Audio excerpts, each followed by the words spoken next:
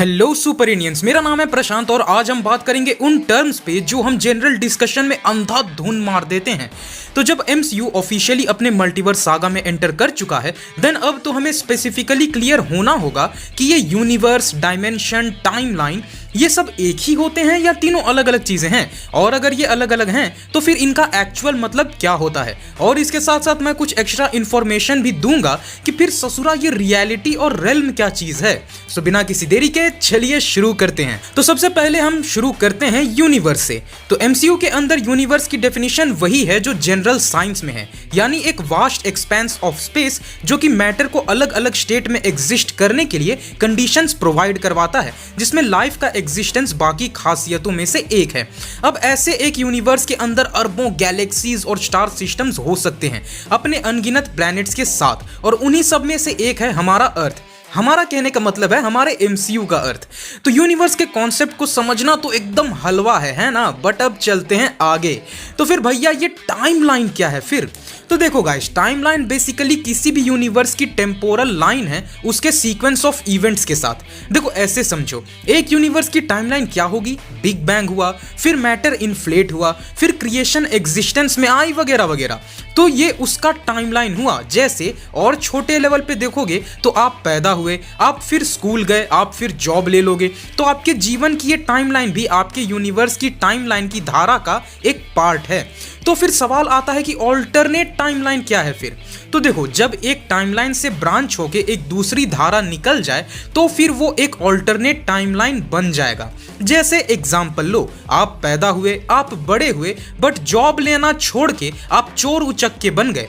तो आपके बड़े होने तक का इवेंट सारा सेम था, बट जहां से चेंज आई वहां से एक दूसरा टाइमलाइन बन गया जहां अब चीजें अलग है। यानी प्लैनेट वही है, यूनिवर्स भी वही है, चीजें सब वही हुई जो इस यूनिवर्स में हुई थी, बट जहां से चेंज आया वहां से अब एक दूसरा ब्रांच निकल गया जहां अब चीजें थोड़ी अलग चल रही हैं। और इस टाइमलाइन के स्प्लिट होके एक नया टाइमलाइन बन जाने को ही आम भाषा में हम कभी कभी पैरेलल यूनिवर्स भी कह देते हैं, और यही ऑल्टरनेट टाइमलाइन भी है। अब MCU में अगर मुझे किसी चीज को ऑल्टरनेट टाइमलाइन कहना है तो मैं व्हाट इफ सीरीज को कहूंगा। व्हाट इफ सीरीज कुछ और नहीं बल्कि MCU 616 यूनिवर्स के अलग अलग ऑल्टरनेट टाइमलाइन को रिप्रेजेंट करा था, जहां टाइम के एक पॉइंट तक इवेंट्स सभी सेम थे और एक स्पेसिफिक पॉइंट के बाद टाइमलाइन अलग हो जा रहा था। तो व्हाट इफ एक्चुअली अलग अलग डिस्टिंक्ट यूनिवर्सेस नहीं दिखाई गई थी, बल्कि अपने 616 का ही मल्टीपल टाइमलाइंस को दिखाया गया था।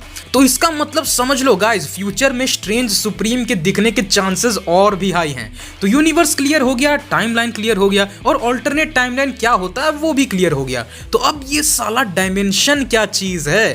तो देखो गाइस, अगर जनरल टर्म्स में चले तो डायमेंशन स्पेस का एक एंडलेस एक्सपेंशन है एक स्पेसिफिक प्रॉपर्टी के साथ।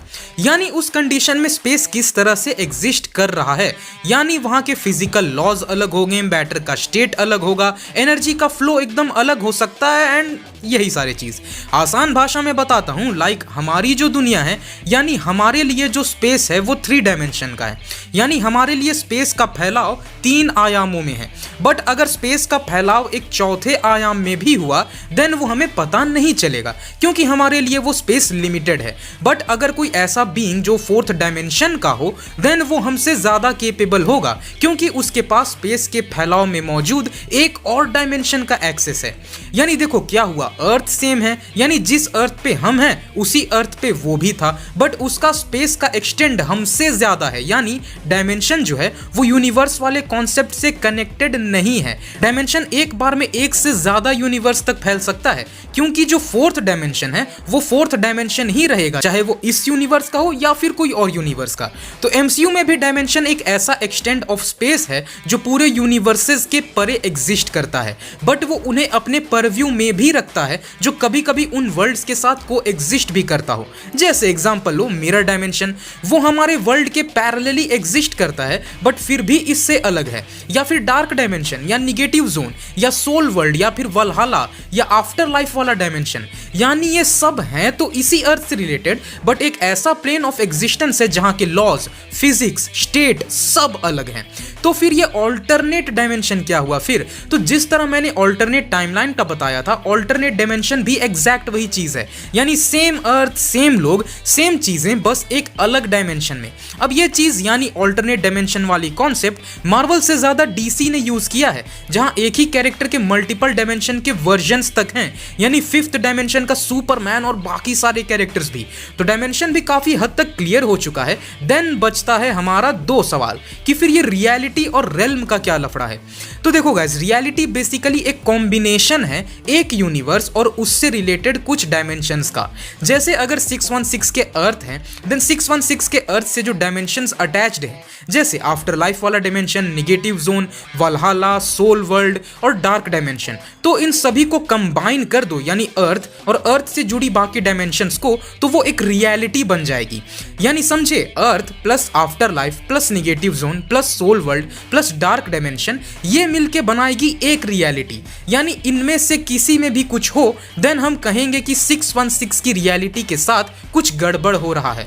यानी अब जब आप किसी पावरफुल कैरेक्टर के फीट देखोगे ना कि उसने एक पंच में रियलिटी को शैटर कर दिया, तो जानना कि उस बंदे ने एक हिट में कई डिमेंशन के नेक्सस को भी चूर कर डाला।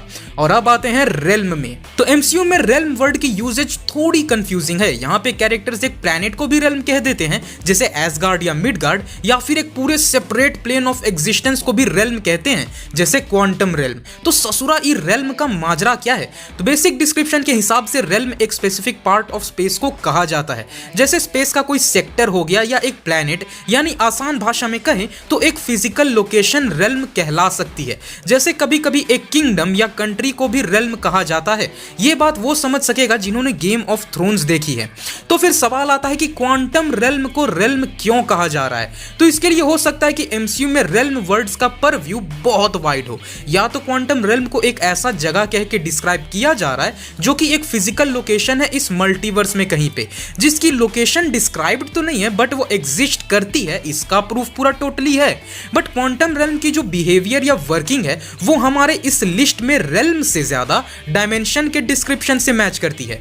तो जी हाँ गाइस, क्वांटम रेल्म बेसिकली एक दूसरा डायमेंशन ही है, बट बाकी डायमेंशन से अलग क्वांटम रेल्म की एक खासियत है, बाकी डायमेंशन टाइम के अधीन हैं या तो वो उससे परे हैं। जैसे स्पेशियल डायमेंशन टाइम के नीचे आएंगे, वहीं डार्क डायमेंशन टाइम से परे चला जाएगा। बट क्वांटम रेल्म ही एक ऐसा डायमेंशन है जो टाइम को बेंड करने की एबिलिटी रखता है। इनफैक्ट क्वांटम रेल्म का डायमेंशन एक ही ऐसा डायमेंशन है जो हर एक दूसरे यूनिवर्स के क्वांटम रेल्म से जुड़ा हुआ भी है। यानी as a whole quantum realm एक ऐसा सेपरेट प्लेन ऑफ एग्जिस्टेंस यानी यूनिवर्स है जो मल्टीवर्स के बाकी सभी यूनिवर्सेस के पैरेलली एग्जिस्ट करता है और हर एक यूनिवर्स का एक्सेस भी देता है। तो अब आप समझ भी रहे होंगे कि फ्यूचर के फेजेस में क्वांटम रेल्म कितना कितना कितना ज्यादा इंपॉर्टेंट होने वाला है।